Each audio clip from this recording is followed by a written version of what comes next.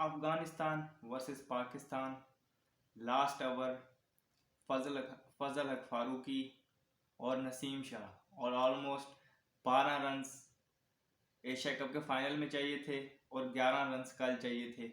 और फिर हमने देखा क्या हुआ कि नसीम शाह ने वो मैच फिनिश किया।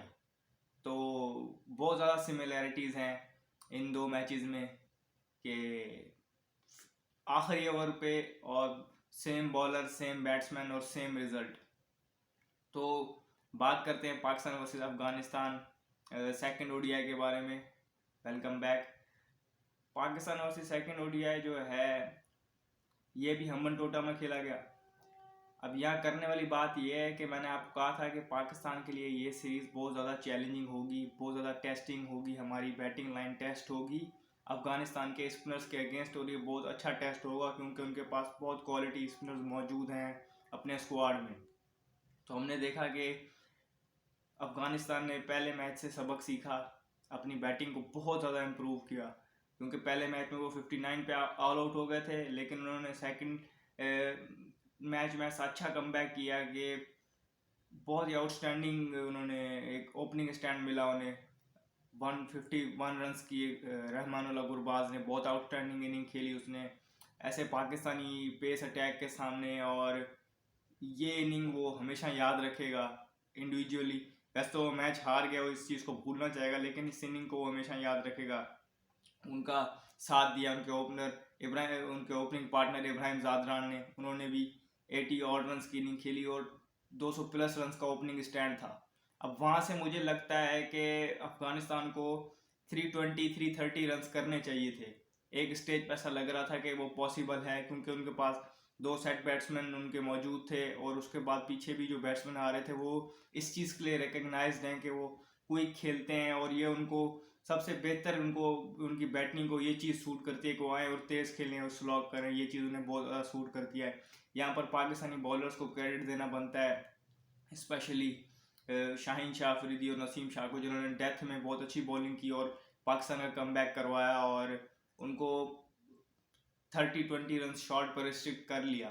अब पाकिस्तान के लिए 300 टारगेट इस पिच पे जहाँ पर बॉल हम देख रहे थे कि स्पिनर्स का बॉल ग्रिप भी कर रहा था और पेसर्स का बॉल भी उतना अच्छा नहीं आ रहा था। मतलब कह सकते हैं कि बाउंस जो वेरिएबल था, मतलब इतनी सीधी पिच नहीं थी।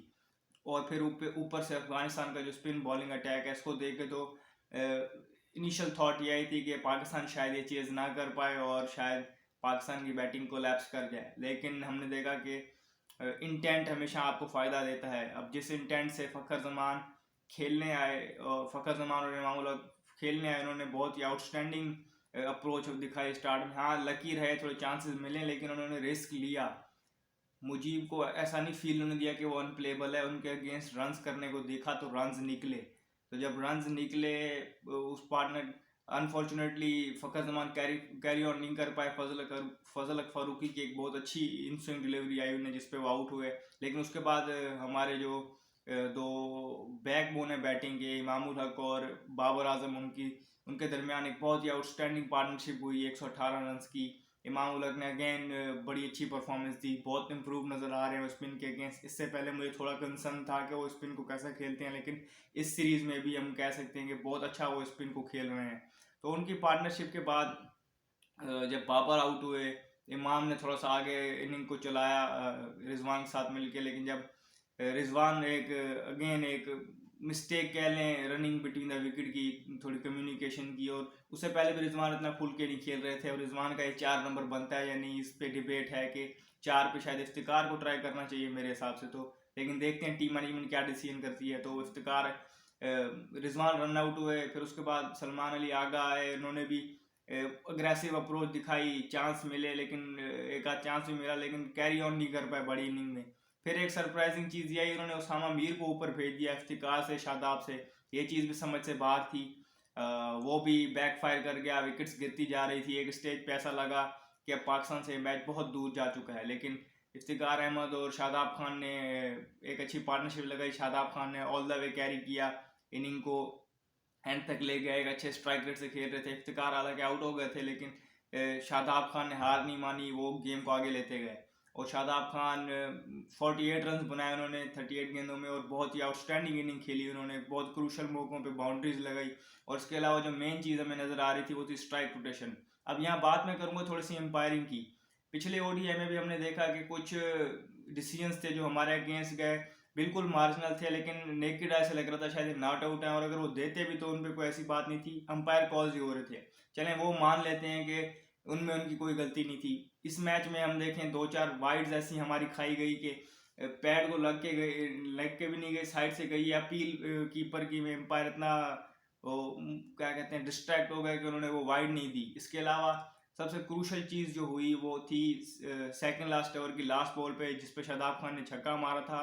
वो डिबेट चल रही है हर जगह कि वो नो बॉल थी, और वो क्लियरली एक नो बॉल थी, तो वो भी नहीं दी गई। वो भी हमारा हमसे एक्स्ट्रा एक प्रेशर आ गया। फिर हमने देखा कि लास्ट बॉल पे फजल फरूकी ने अब जैसे नॉन स्ट्राइकर या बॉलर्स रन आउट कहते हैं मैन कैट को, वो कर दिया शादाब खान को। अब इस पे अलग डिबेट है, कुछ लोग इसको हाँ लीगल तो है, लेकिन कुछ लोग उसको कह रहे हैं कि स्पोर्ट्समैन स्पिरिट के अगेंस्ट है या गेम की स्पिरिट के अगेंस्ट है, लेकिन अभी लॉ बन चुका है। लेकिन बात यह है कि लॉ को भी रीडिफाइन करके कोई उसको ऐसी फॉर्म देनी चाहिए कि पता लगे कि यार उसके साथ अगर बॉलर के साथ वाकई नाइंसाफी हो रही थी और बैट्समैन पहले ही भाग रहा था तो होना चाहिए। बॉलर बॉल करने आ रहा था, बॉलर कमेंटेटर्स ये डिस्कस कर रहे थे खासतौर पर डेविड गावर के, इन्होंने फजल फरूकी ने अपने रनअप से सोचा हुआ था कि मैंने बॉल करनी नहीं है, मैंने जाके ये प्लान उसने किया हुआ था कि शादाब आगे निकले मैं करूँगा, और वो आए और हमने देखा कि वो अपने जंप लिया है और बस फिर उन्होंने कर दिया मैन कैट। अगर उनका हाथ यहाँ तक आ जाता, शादाब ने उनके हाथ को यहाँ तक आते देखा है कि यहाँ तक आ रहा है, वो बॉल कर रहा है, उसके बाद उनको ये चीज़ नहीं थी कि ये कंटिन्यू नहीं करेंगे या बॉल नहीं करेंगे, तो वो आगे निकल गए। गेम अवेयरनेस भी इसे कह सकते हैं कि उनके पास थी, लेकिन स्पिरिट ऑफ द गेम में मैं अगेन उस ग्रुप से बिलीव करूँ जो कहते हैं कि गेम को स्पेशली इस सिचुएशन में स्पिरिट ऑफ द गेम से शायद खेलते, आप शायद वहाँ नसीम को आउट भी कर देते और फिर शादाब को भी आउट कर देते, तो लोग आज आपकी तारीफ कर रहे होते, लेकिन आपने एक बहुत ही अजीब सा तरीका चूज किया मैन कैट करके आउट करने का। उसके बाद फिर आपने नतीजा देख लिया, नसीम शाह ने फिर पहली बॉल पे चौका मार दिया। उसके बाद हारिस रऊफ की भी यहाँ तारीफ बनती है, उन्होंने एक बॉल फेस की जो उन्होंने वो शॉट मारी थी, वो ऑलमोस्ट चौका हो गया था, लेकिन 3 बना लिए।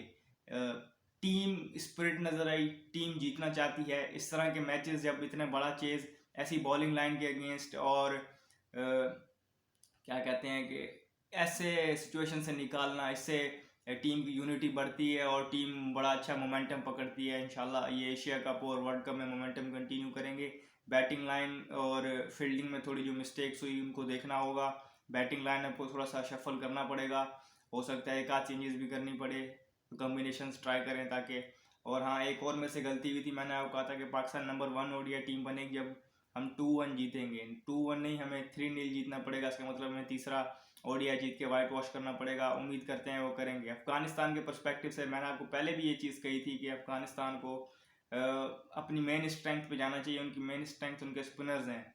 अभी भी हमने देखा कि उनके 2 पेसर्स ने, एक ने 8 की इकॉनमी से रन कंसीड किए हैं, एक ने 7 की, तो अगर उनकी जगह उनको जिनका स्पिनर है लेफ्ट आर्म चाइना में नूर अहमद, अगर वो खेल रहे होते तो नतीजा शायद और हो सकता था। पाकिस्तान राशिद खान को अच्छा खेला, कोई विकेट नहीं दी और 53 रन स्कोर किया, ये भी एक इस मैच का क्या कहते हैं मैच डिफाइनिंग मोमेंट था। तो पाकिस्तान सीरीज अभी 2-0 से लीड कर रहा है और पाकिस्तान ये सीरीज जीत चुका है। तीसरा ओडीआई पाकिस्तान के लिए वाइट वॉश करना और नंबर 1 पोजीशन के लिए इम्पोर्टेंट होगा। अभी तक के लिए इतना ही, मुझे दीजिए इजाज़त, शुक्रिया, अल्लाह हाफिज़।